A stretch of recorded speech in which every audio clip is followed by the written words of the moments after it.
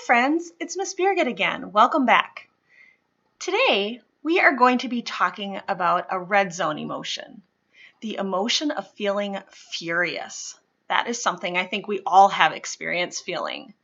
When we feel furious, we are so angry, so upset, that oftentimes we have a hard time asking for what we need.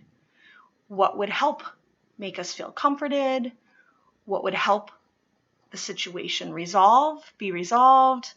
What would help us feel heard if we're feeling misunderstood? Feeling furious sometimes can get us into trouble as well because we may do or say things that we later regret. And sometimes we also may act in ways that are unsafe for us and unsafe for others. So learning how to handle those really big feelings of anger when we feel furious, being able to get out our feelings in a safe way where we can also let people know, what are we thinking, what are we feeling, and what do we need is so important. I hope you enjoy the book that I'm going to share with you today.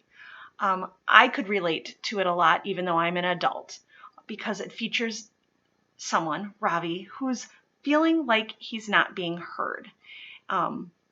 He's not being heard, and he's also getting more and more frustrated from a series of situations. And that's sometimes also what happens. There can be a situation that immediately makes us feel furious, but oftentimes what might happen is that it's a series of events that builds, and then one last thing happens, and that just pushes everything over the top for us. So I'll see if you can relate to this story today and how Ravi feels, how he manages those feelings, and then what maybe he learns to do later. Okay, it's called Ravi's Roar. It's written and illustrated by Tom Percival. Enjoy.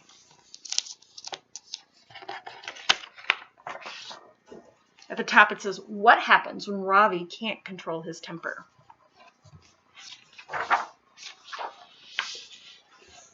Ravi was the youngest and the smallest in his family. Everyone was bigger than him. We have Kiran, Jaya, Anil, and then Ravi.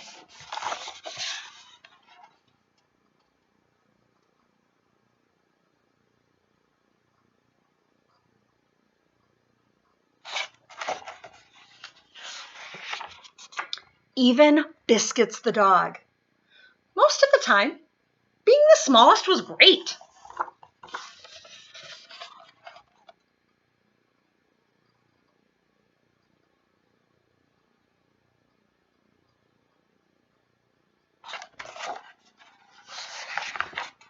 But sometimes, just sometimes, it wasn't.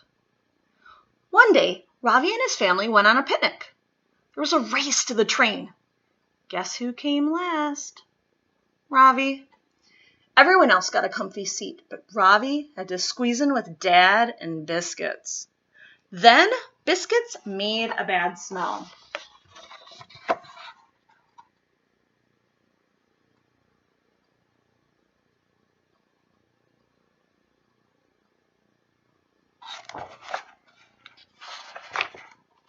When everyone got to the park, they played hide and seek.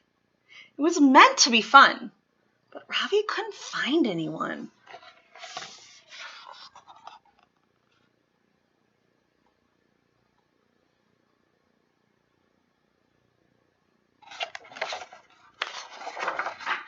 At the playground, the monkey bars were too high. The gaps between the logs were too wide. And when Ravi wanted to go on the big slide, the man said, "Sorry, son, you're too small." Ravi got so mad that his face turned red, but then Dad said, "Come on, let's get ice cream."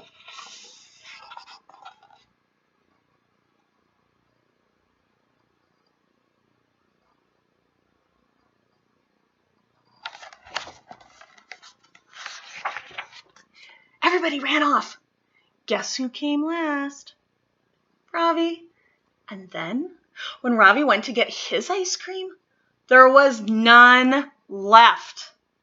Well, that really did it.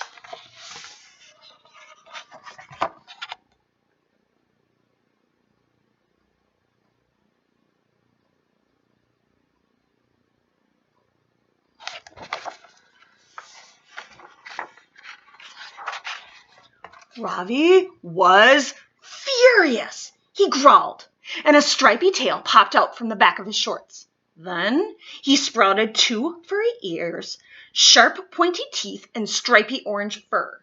Ravi had turned into a tiger. The tiger took a huge, deep breath.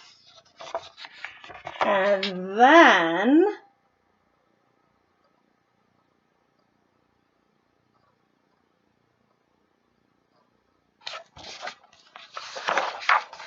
roared.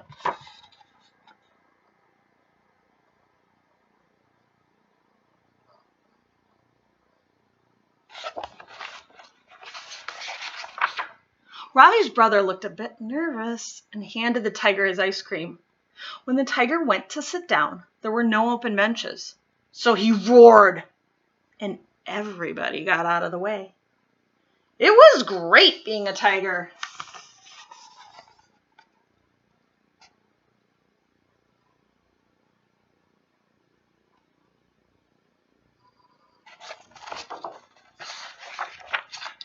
The tiger did all the things that Ravi couldn't. He swung across the monkey bars. He leaped across the logs. He even slid down the big slide.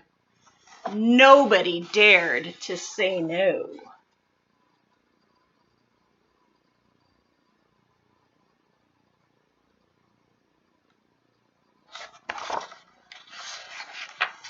So the tiger went wild.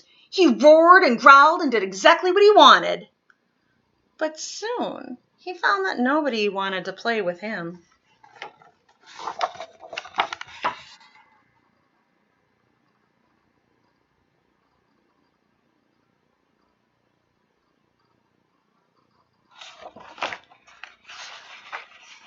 Suddenly, the tiger felt a little bit sad and nowhere near as angry. In fact, he couldn't quite remember what had made him so angry in the first place.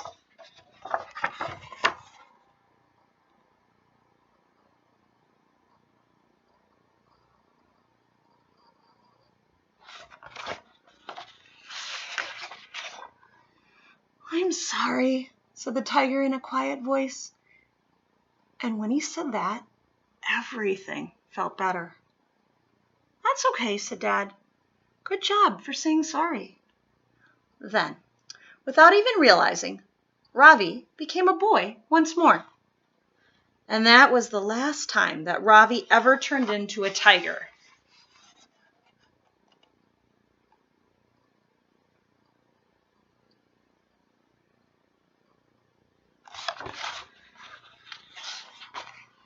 Although every now and then, he did have a bit of a growl.